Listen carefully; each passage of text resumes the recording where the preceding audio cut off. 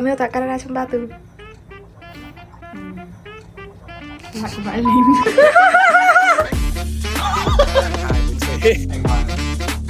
Canada thì khó quá. Ở đây rất là lạnh, có nhiều vụ xả súng, Rất nhiều bubble tea. Video này được tài trợ bởi Canadian Sin. Hello, mình tên là Trần Phương Anh, mọi người có thể gọi mình là Xanh Tê. Mình tên là Hoài. Tớ tên Bảo Anh ạ. Mình là Đức. Mình tên là Phạm Thúy Quyên ạ. Mình tên là Khôi. Mình tên là Trường Giang. mình tên là Hy Nhi, Mình tên là Ngân. Tên là Vân Anh. tên mình là Thảo, Linh ạ, em tên là Linh. Mình tên là Châu. Đạt. Mình tên là Hạ. Mình tên là Thảo Nhiên. Mình tên là Đức. Dạ Phương Mai. Mai, Tên là Quỳnh Anh ạ. Mình tên là Danny. Nice to meet you. hơn 1 năm, Được hơn 1 năm rồi đó. 4 năm rồi, 4 năm rưỡi rồi. Hơn 5 năm. 7 năm rưỡi. 7 đến 8 năm rồi. 8 đến 9 năm rồi. Sang tháng 8 2014. Thôi ạ. Là 11 năm. Tại sao bạn lại quyết định qua Canada? Trời bình tĩnh, bố mẹ em quyết định em không quyết định. Em trả lời được mà. Bố mẹ em quyết định em không quyết định. Bố mẹ ép gì nữa. Hoặc là áp lực gia đình. Ban đầu mình tính đi Mỹ để học đại học. Và rồi kiểu Covid các thứ, có nhiều vụ xả súng nên mình quyết định sang Canada cho đỡ sợ. So far thì đó là rất hợp với mình. Môi trường học tập ở Canada sẽ hợp với mình. Mình sang để du học. Mình muốn có một tấm bằng đại học ở bên này. Mình nghĩ là có một tấm bằng đại học ở Canada thì sẽ mở cửa ra được nhiều cơ hội cho mình hơn. Thấy là mình sẽ học được nhiều trong chương trình học đấy và sau chương trình học ở đấy. Tìm hiểu thế giới mới. Mình muốn trải nghiệm một môi trường mới. Bố mẹ mình có tìm hiểu và thấy Canada có cơ hội định cư khá là tốt. Có chính sách định cư dễ nè. Định cư ở Canada. Thì bây giờ mình vẫn chưa quốc tịch em by the way. Ấn tượng gì trước khi sang? Lạnh. Christmas. I don't get that. It's famous for Christmas, no? It's the land of Christmas. Hầu hết người ở Canada đều là nice. Thường trên phim thấy họ rất là friendly. Kiểu là đẩy người khác rồi, oh I'm sorry for that. Hiền hòa, chân thành, hay say sorry. Canada rất là thưa dân. Rất là rộng. Mọi thứ rất là xa nhau và khó đi lại vì là nhiều đất. Cạnh Mỹ thì nó cũng có một cái văn hóa nó khá là kiểu sâu Mỹ. Nó nằm sát Mỹ. Toronto sẽ là cái New York version của Canada. Đất nước rất là đẹp, có rất là nhiều cảnh quan thiên nhiên, một xứ sở thần tiên, có rất nhiều cây, các thác nước và các loài động vật khác nhau. Em thật sự nghĩ là đất nước đấy toàn nhiều igloo hơn là chung cư ấy. Với cả là chỉ biết đấy, một là igloo, hai là Justin Bieber. Đó là một nước francophone, là một nước này là nói tiếng Pháp. Và có thể rất là lạnh. Sẽ lạnh. Và rất là lạnh. Lạnh. Mình vẫn giữ hai suy nghĩ ban đầu, đấy là rất xa và rất lạnh. Vẫn lạnh. Vẫn lạnh nhưng mà rất là vui. Vẫn lạnh, rất lạnh. Lạnh thật nhưng mà thực ra nó chỉ lạnh vào mùa đông thôi. Mùa hè em thấy nó kiểu vẫn ấm ấy, nó nóng hơn em tưởng tượng. Nó không là gì so với lạnh Hà Nội cả. Và tuyết thì nhìn có vẻ đẹp nhưng mà tuyết khá là bẩn và mình nghĩ mọi người chỉ thích tuyết trong 30 giây đầu thôi. Mình thấy nó rộng thật. Phải đi bộ nhiều này. Ở Toronto rất là đông. Đa sắc tộc. Đa sắc tộc. Là rất đa sắc tộc. Thực sự thì mình thấy mọi người ở khắp nơi trên thế giới đấy. Và là rất là thân thiện. Mọi người ở đây đều rất là thân thiện. Mình khá là thích cái nhịp sống, cuộc sống ở đây. Cái tốc độ, cái pace of life nó khá là chậm rãi so với cả Việt Nam. Mọi thứ đóng cửa rất là sớm. Buổi tối nó tối cực kỳ sớm, kiểu 4 giờ chiều là bạn đã bắt đầu đắp chăn đi ngủ được rồi. Một nước Mỹ thu nhỏ, nói chung là cũng có vùng này vùng kia, cũng có núi, cũng có cây và các loài động vật khác nhau, nhưng mà cũng có những trung tâm tài chính lớn. Khá là giống Mỹ. Nhưng mà thực ra có một điều khác biệt là đợt khi mà mình mới sang thì mình ở Ottawa. Thế nên là nó một thành phố yên bình hơn rất nhiều so với Toronto. Đồ ăn ở đây rất đa dạng. Từ trước giờ mình chỉ nghĩ là nó chỉ là những thành phố phương Tây mà chỉ có burgers and chips, nhưng mà mình nhận ra là ở đây đa dạng dã man. Mình có thể ăn đồ Thái, đồ Ấn, đồ Lào, đồ Hàn. Và thực ra có nhiều hàng quán không phải vỉa hè nhưng mà có nhiều hàng quán kiểu shop house hơn mình nhớ. Mỗi một bang ở Canada là kiểu một khung cảnh khác nhau luôn. Khi mà mình mới bắt đầu đặt chân đến Vancouver ấy, thì ấn tượng đầu tiên của mình là cái thiên nhiên của Canada rất là đẹp, rất là hùng vĩ. Có rất là nhiều loại động vật mà mình chưa bao giờ mình nhìn thấy ở Việt Nam cả. Ví dụ như là gấu mèo này, Canada Goose này, xong rồi bear, rồi coyote các thứ. Trước khi mà em đến em sợ, em rất là sợ kiểu bị châu Á đồ các thứ. Mọi người cứ hay dọa là bị phân biệt chủng tộc, thì ít nhất ở Toronto mình không thấy bị. Really?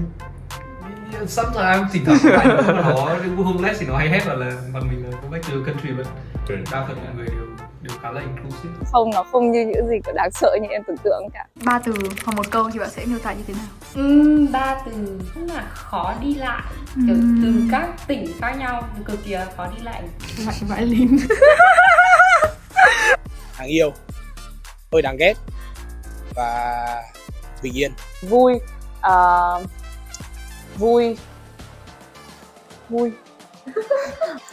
Sắc động, yên bình, nhiều châu Á, rất là nhiều châu Á.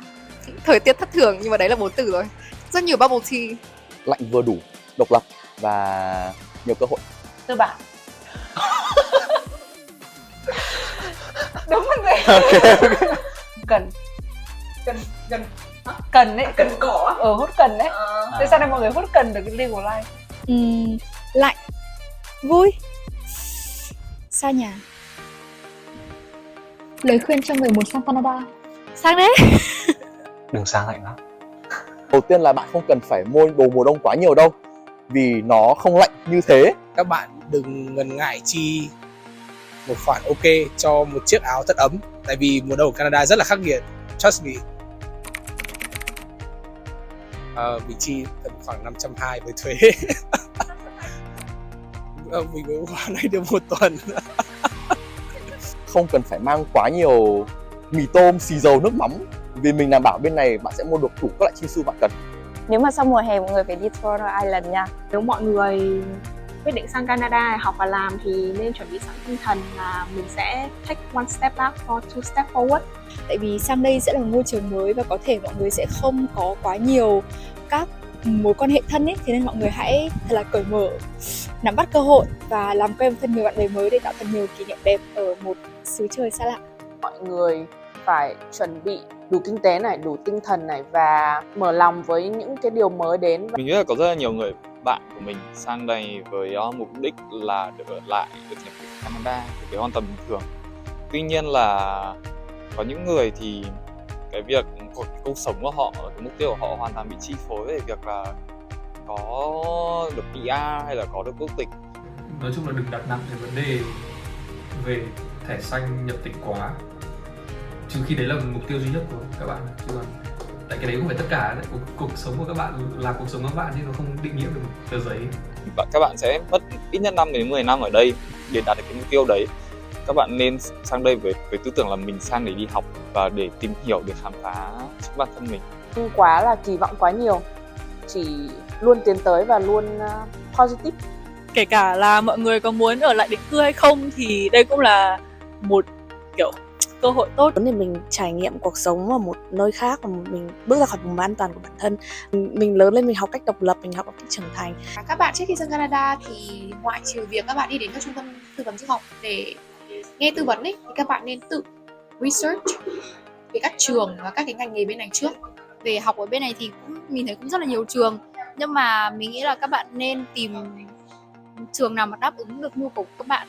Canada không phải chỗ điểm nào cũng mạnh, ví dụ như tech thì nên sang Mỹ, right? Hospitality nên sang Switzerland. So Đây là chọn thành phố mà có nhiều cơ hội, ví dụ như là Toronto thì có nhiều cơ hội làm các loại việc khác nhau. Hãy luôn luôn thử những điều mới. Mình nghĩ là mọi người nên cởi mở hơn khi mà qua nước ngoài, thì chủ động hơn, tìm kiếm mọi người chung cộng đồng hoặc là khác cộng đồng và học hỏi lời khuyên từ những người đi trước thì nó sẽ có lợi hơn mà mình phải tự tìm tòi khi mà mình đi qua nước ngoài. Hãy cố gắng tham gia rất là nhiều hoạt động ở Việt Nam thì bản thân sẽ trở nên là cởi mở hơn, thì từ đó là khi mà bạn sang Canada thì sẽ dễ hòa nhập với cả nhiều văn hóa sắc tộc ở Canada. Mình không chỉ nên dừng lại ở học tập mà nên tham gia các hoạt động và đi giao lưu giao tiếp với mọi người để mở rộng thêm những cái mối quan hệ, làm quen với nhiều bạn bè thì nó sẽ giúp bạn sẽ được hòa nhập vào cộng đồng dễ hơn. Mọi người cũng rất là open với international student cũng như là người ngoại quốc, thế nên là mình nghĩ là ai cũng có khả năng thôi nếu như mà cố gắng. Tức là cuộc sống đi du học nó sẽ không chỉ là đến một nơi này và có một cuộc sống tốt hơn mà mình thực sự cần phải cố gắng để xây dựng cái cuộc sống đấy cho bản thân mình. Thành ra khi mình nghĩ là các bạn trẻ khi mà sang đây du học thì nếu mà có một cái mindset tốt để approach các cái vấn đề hoặc khó khăn trong cuộc sống và treat nó like một cái opportunity thì mình nghĩ là sẽ thành công thôi. Đất nước này khá là dễ chịu với những người nào chăm chỉ và thêm một ít may mắn nữa. Hãy tự tin lên bởi vì sẽ có cơ hội cho tất cả mọi người. Chúc các bạn may mắn. Ok, và video ngày hôm nay rất là hân hạnh được đồng hành cùng Canadian Sim. Canadian Sim là một công ty cung cấp dịch vụ mạng số 1 Canada. Các bạn hãy tin lời tôi. Các bạn sẽ không có bất cứ phí trả trước nào, không cần hợp đồng, gọi và nhắn tin trong Canada không giới hạn và free ship toàn quốc và các sân bay lớn. Các thông tin này cũng có sẵn trên website Canadian Sim để các bạn xem. Hiện đang có hai mức giá 5G, đấy chính là 45 đô cho 60GB và 55 đô cho 120GB. Và ưu đãi đặc biệt dành cho bạn nào chưa đến Canada bao giờ, đấy chính là 35 đô với 50GB một tháng. Dùng thoải mái, thỏa thích luôn mọi người. Chỉ có 2 bước để bắt đầu, đấy chính là điền vào form bên dưới và chọn lại dịch vụ mọi người yêu thích. Sau khi đăng ký thì chỉ trong vòng 2 ngày mọi người sẽ nhận được SIM và số điện thoại của mình luôn trước khi mọi người đến Canada. Vậy là khi mà đặt chân đến Canada là không sợ lạc đường, tại mọi người đã có SIM để liên lạc. Hãy ấn vào link bên dưới để đăng ký ngày hôm nay. Khi mọi người muốn sang đây học và làm thì em sẽ khuyên họ làm gì? Sang đây à? Tìm nhà sớm nha. Không là bây giờ là không từ từ trả lời buồn cười á. Lên chết rồi. Không sao đâu. Mình thấy Canada có một cuộc sống khá là bình yên sau giờ cắt đoạn này á. Thế sẵn sàng rồi ạ. Các bạn tên là gì? Mình tên là Phanh lại. Thế về tên là Thảo à, hay là tên Thảo Nguyễn hay là tên Nguyễn Phương Thảo? Em biết tên gì cũng được. Tự nhiên. Trời em mới câu đầu. Hello, mình tên là Henny. Là ai đứng đây? Ấn tượng riêng mà mình nhận ra là ở đây lâu rồi ấy thì cắt. Em sẽ tự đi lại đúng không? Tại vì là ngày trước mình học ở Việt Nam thì Mình tên là Trường Giang. Em nghĩ lại.